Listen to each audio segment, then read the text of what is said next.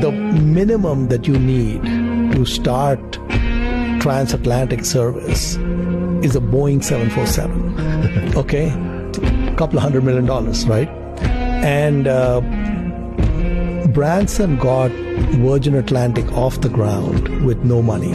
So what he did is he calls directory assistants in the United States, 555-1212, in Seattle, 206-555-1212, asks for the number for Boeing. Okay, gets the number for Boeing, calls the main switchboard and says, I'd like to lease a 747 that you guys might have hanging around that you're not using. They hang up on him. Right. Okay. He keeps calling them. And finally, the lady at the switchboard says, let me transfer you to someone who can get rid of you properly. Right. So she transfers him to someone who's head of like commercial sales. And so this guy tells him, listen, Mr. Branson, in every country we have one customer.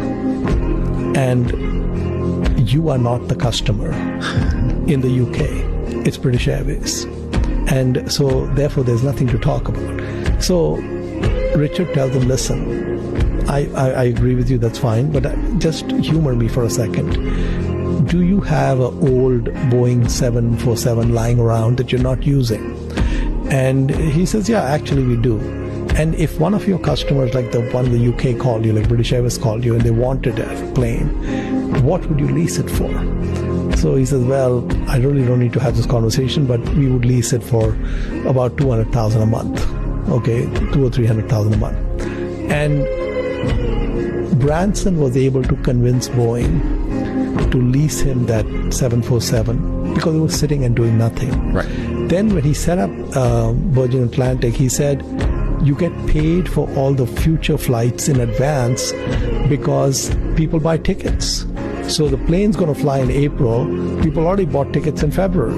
Right. So you say, I got cash coming in 2 months, 3 months before the plane's going to fly.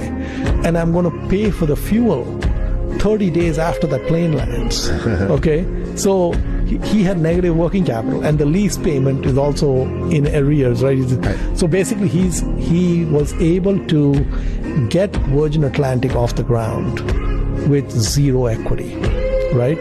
Now, the way I look at it is that if you can start an airline with no money, you can start any business with no money. Right. Okay? You just have to replace capital with creative thinking.